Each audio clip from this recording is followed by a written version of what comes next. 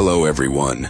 In our last video, we unlocked a 3-step algorithm that can help you rewrite the future. Today, we're diving even deeper to discover how to break free from the limits holding you back, so you can direct your life the way you've always wanted. Let's get started.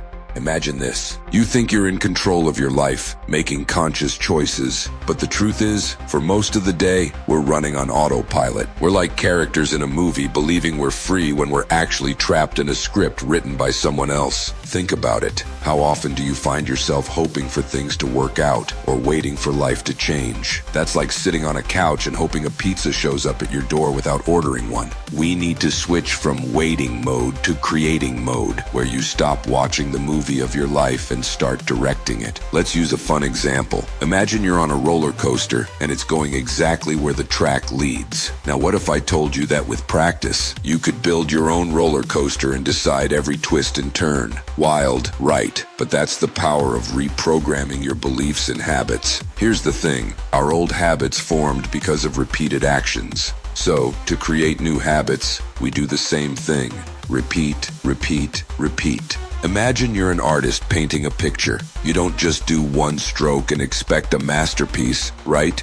You keep at it, layering colors, correcting mistakes until it looks just right. That's how you paint your reality too.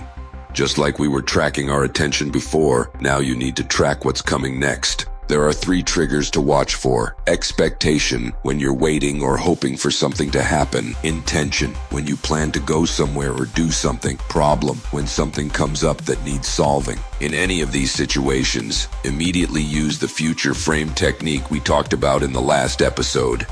Let's get practical with a simple exercise. Picture yourself about to open a door. You know it's going to happen. You see the door. You're reaching for it. But instead of just walking through, visualize it in detail. The color of the door, the feel of the handle, even the sound it makes when it opens. Do this over and over, even with the simplest things, until your brain starts to believe it's normal to set your own reality. At first, this might feel a bit strange, like wearing a shoe on the wrong foot, but keep going. You'll see it's not about forcing reality to obey you. It's about letting reality come to you. Think of yourself as a lighthouse. When you shine your light, things naturally come to you, drawn to your glow.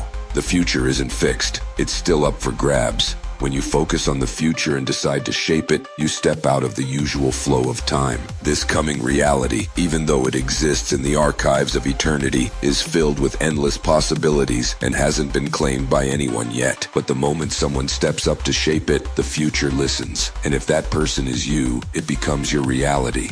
Do you want the reality to be yours? Go ahead, claim it, and shape it. This is a whole new way of thinking and living. Instead of getting stuck in what's happening now, your attention leaps forward. Waiting turns into anticipation, and passive hoping becomes active creating. You're no longer following reality like a dog on a leash. You're leading it, directing where it goes. There's just one key point you need to try without trying. To focus on a future frame, it's not about effort, but about concentration. Why is this important? Because when you put in too much effort, you rely on your internal center, the mind. But as we've discussed, reality is shaped by your external center, the center of intention. What do you usually do when you try too hard? You fight against what already exists, and you do the same for the future. But you can't change what's already happened, or what hasn't happened yet. Think of it like a movie that's already been filmed. You can't change it. You can only choose a different movie from the archive.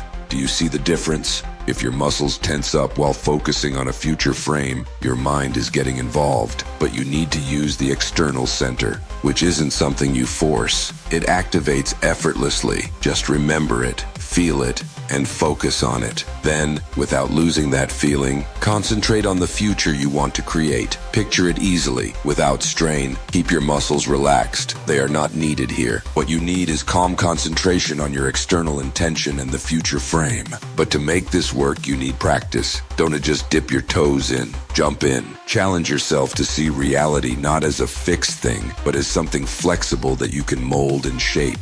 And don't worry if it doesn't happen overnight. Remember, you're training your brain to see and think in a whole new way. Remember how you learned to skate on ice, hesitantly at first, but over time you fly confidently around the ice rink. So are you ready to stop living by someone else's script and start directing your own story? Try out what we've talked about today and watch how your world starts to shift. And stay tuned for our next video where we will talk about reality and its components and how to turn it all to your advantage. So see you in the next video. Sincerely yours, Dream Life Architect.